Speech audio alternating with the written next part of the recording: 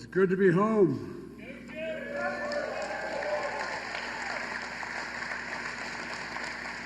I've been coming down here alone. Please take a seat if you have one.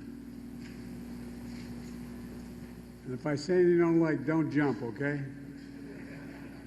Thank you all for being here, and Sterling, thank you for the introduction. The whole family. You know, it's good to be here with such good friends. I've spent a lot of my time working with, on, and around Amtrak and all its employees, but you know, one of the reasons why it's worked so well here in Delaware is because of John Carney, Tommy Carper, and Chris Coons. And I mean that sincerely. We've had overwhelming support from the Delaware delegation. That's because we ride the train so damn much. Attorney General Kathy Jennings, who used to work with my son Bo, and Newcastle County Executive Matt Meyer, and my good friend and hell of an athlete Mike Przicki, and Pete Buttigieg. Thanks for doing such a great job. Look, guys, we're announcing historic investment in America's railroads. I've been talking about this for a long time, I know, but finally we're getting it done. More than $16 billion, 16 with a B, billion dollars here in the Northeast part. 25 different projects, all to build the Northeast Corridor from Boston to Washington. It's part of my agenda to invest in America, and I've been fighting for this for a long time. To invest in Americans, not just America. There's no better place to make this announcement than in my home state of Delaware. Here in Bear, the maintenance facility. And a few miles away, the Wilmington shops. Over 800 people keep trains in the entire Northeast Corridor working in good order. And it's not been easy because some are pretty old trains. Machinists, electricians, pipe fitters, facility workers, you know, coach cleaners, boilermakers, laborers, foremen. But they have one thing in common. They're all good paying union jobs. Union jobs. Union jobs. I've been saying a long time. The middle class built America, but unions built the middle class. Unions built the middle class.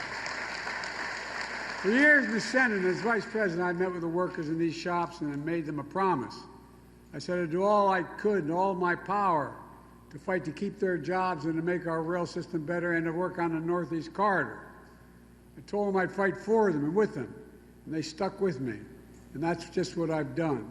When I became president, I made sure that the bipartisan infrastructure law, that's the law to rebuild our highways and bridges and rail and the whole all our infrastructure. By the way, it's a tight little law. It's about $1.2 billion, you know, with all everything said and done. The point is, how can you be the leading country in the world and have a second-rate infrastructure? Second-rate infrastructure. It's not possible. It includes the largest investment in passenger rail since Amtrak was created 50 years ago. $66 billion for world-class rail right here at home. And that includes the largest investment in the Northeast Corridor since the Pennsylvania Railroad laid down these tracks in 1850. In 1850. Fully electrified trains on this corridor emit 83% less greenhouse gases, by the way, than driving your car. 72% less greenhouse gases than taking a plane. And folks here in Delaware know that as senator, I rode the train back and forth between Washington and Wilmington virtually every day for 36 years when I got elected, and then as vice president as well. Amtrak wasn't just a way to get home to family. The conductors and engineers became my family, and not a joke. I'd have a major event from my home every year, all the conductors and engineers, from New York on down to Washington. When I was vice president, I flew over 1 million miles on Air Force Two, but I traveled further than that Amtrak over the years. I remember one of the conductors when I was going home. Secret Service is wonderful, and they really are, but they'd rather you not travel Amtrak, because it's not Amtrak, rail, because it has to stop so damn many times, and there's so many options for people to do things that they don't want to have done. So, but I was coming home to see my mom, and I just, she was living with us at the time. My dad had passed away. And I got in a train on a Friday, and And I won't get him into complete trouble, just tell his first name. He was number 2 in seniority at the time, Angelo.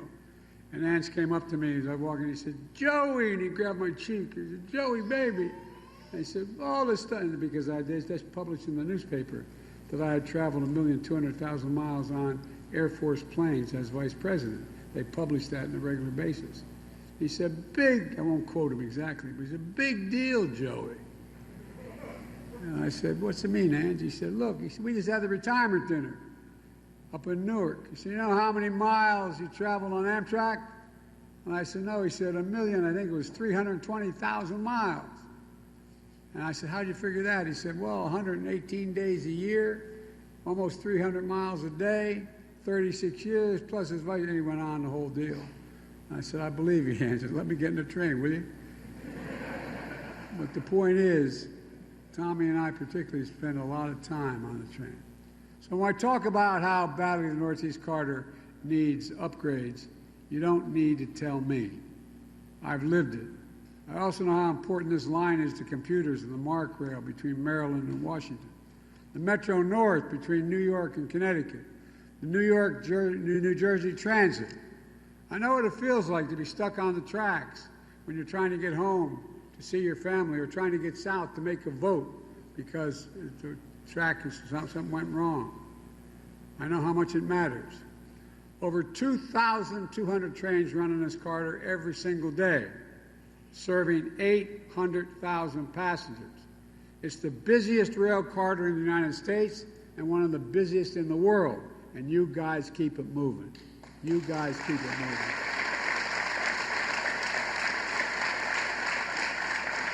Well, the problem anywhere along the lines means delays up and down the East Coast. For commuters trying to get to work, for businesses trying to get their goods on the shelves, travelers trying to visit family. This region represents 20% of the gross domestic product of the entire United States of America. If this line were to shut down just one day, it would cost our economy, the American economy, $100 million a day. But this line has tunnels and bridges that are over 100 years old. I know because I've walked through 2 of them. Train stations that haven't seen a major upgrade for generations. Tracks in constant need of repair. Look, folks, it has real consequences. This outdated infrastructure leads to over 4,000 hours of delays each year on Amtrak. 4,000 hours a year. For example, Hudson River Rail Tunnel, critical link in New York Penn State to New York Penn Station, the busiest train station in America, I might add. It opened for business 113 years ago, that tunnel. It's so badly damaged. Remember Superstorm Sandy? Well, it got badly damaged at that time, over 10 years ago. It still remains the remnants of seawater in the tunnel, eating away at the concrete, steel, and electrical components. In 2020, passengers saw over 12,000 minutes of delays getting through that tunnel. But last week, thanks to the leadership of Chuck Schumer, we broke ground to rebuild the Hudson River Tunnel. The new tunnel will add capacity, increase the speed, reduce delays, and the biggest rail line in the country.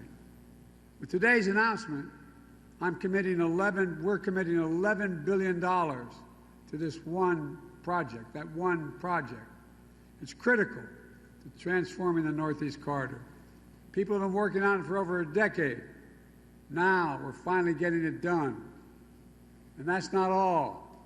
As everyone who's traveled through the Baltimore Tunnel knows, it's a major checkpoint, but it's also a major choke point for 9 million Amtrak and MARC rail passengers who pass through it each year. 1.4 miles, that's how long the stretch is, with a very tight curve, so trains have to slow down at 30 miles an hour to get through safely. On 99% of the weekdays, there's delays somewhere near there. It's a consequence. I've traveled through that tunnel literally thousands of times. And trust me, I know. That tunnel is 150 years old. It was built 150 years ago. Ulysses S. Grant was president when it was built. The structure is deteriorating. And a lot of you know, a lot of the workers know, The roof of that tunnel is leaking. The floor is literally sinking. This is the United States of America, for God's sake. The United States of America.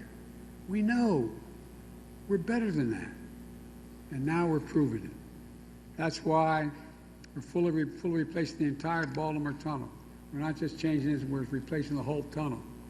As part of the Invest in America workforce hubs, we're working with leaders in Baltimore along with the union officials and career and technical schools to train the local workforce to help build that new tunnel so we have the capacity. The new tunnel will be all electric and trains will travel through it at 110 miles an hour, not 30 miles an hour.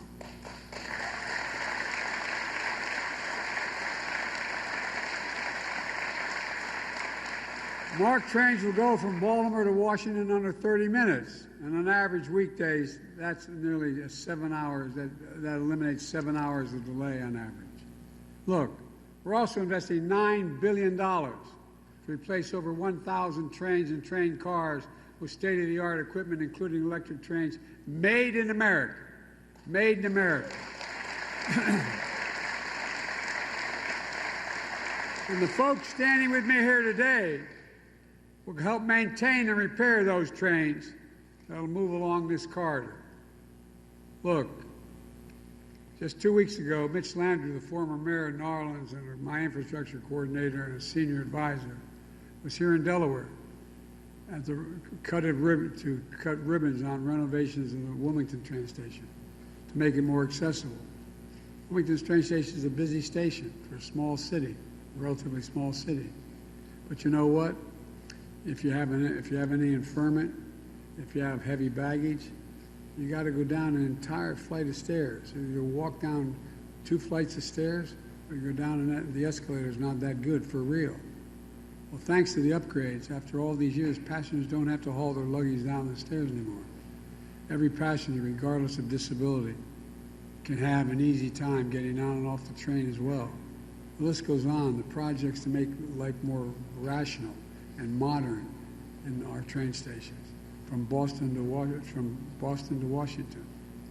Look, when all this is done, we'll reduce delays and speed up the trains along the Northeast Corridor. This matters for businesses trying to get their goods to market. It matters for the parent commuting to work in the morning. It matters for folks trying to get home late for dinner. It matters. If thousands of people ride the trains in the Northeast Corridor, it's like taking 500,000 automobiles off the road every day. That's what it's like. And this has phenomenal environmental positive impact. As we continue to invest in rail across the country, we're going to take even more vehicles off the road, saving millions of barrels of oil a day. Folks, meanwhile, our MAGA Republican friends in Congress are proposing to slash Amtrak's budget. We're trying to make train travel easier, faster, safer, more reliable. We're trying to make it slower, harder, and less safe. You can't make this stuff up. But that's okay. We're not going to let them stop the progress we're making. And I promise you that. And by the way, we're making all this progress with American workers with products made in America and with union labor. In fact, Amtrak and the building trades have agreed the project labor agreements will be in place all across the rail construction projects up and down the Northeast Corridor. That's another way of saying it's going to create good union jobs.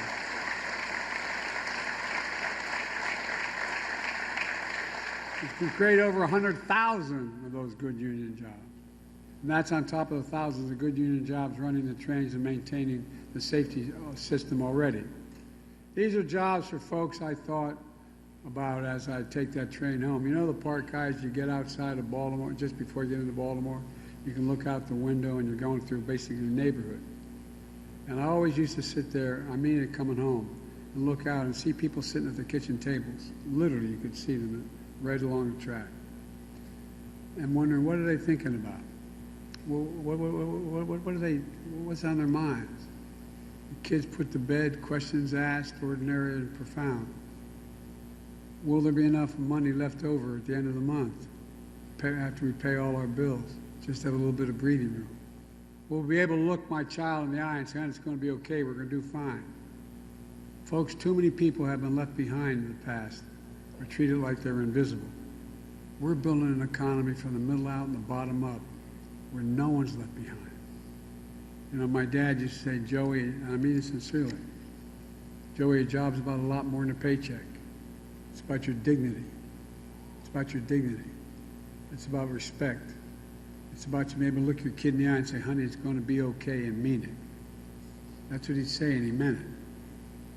That's what decent living's about. So let me close with this. Nearly a century ago, Franklin Roosevelt came up with the Rural Electrification Act that brought electricity to millions of Americans. Nearly 70 years ago, President Eisenhower launched the Interstate Highway System. The investment we're making today will be for our kids and grandkids what those historic programs were for previous generations, only bigger. And as a result, I truly believe this country is about to take off. Because for the first time in a long time, we're bringing pride back to cities and towns all across America that were left behind. I can honestly say I've never been more optimistic about America's future. And folks, in my view, long after I'm president, is going to have more to do. One of the things I convinced President Ladd when I was vice president, I convinced the president to do, provide money for high-speed rail. You know, you can go and get in a train in China and go 210 miles an hour. China. We could do it here in the United States on this Northeast corridor if we straightened out 3 big corridors. It would cost about $1 trillion. But we had the ability to do that for a rail from Florida to Mississippi and all kinds of places we can do it. But think about it. Why, in the United States of America, do we not have the best rail system in the world? So this is a big beginning, $61 billion. Take care of the Northeast corridor. But there's so much more we can do to better the environment, the quality of life, and make us more competitive. And you're the guys at this place that can just do it. So we just have to remember one thing, though. We sometimes forget. This is the United States of America. There's not a damn thing we can't do if we set our mind to it, not one. Thank you all. And may God bless you all, and may God protect our troops. Thank you, thank you, thank you.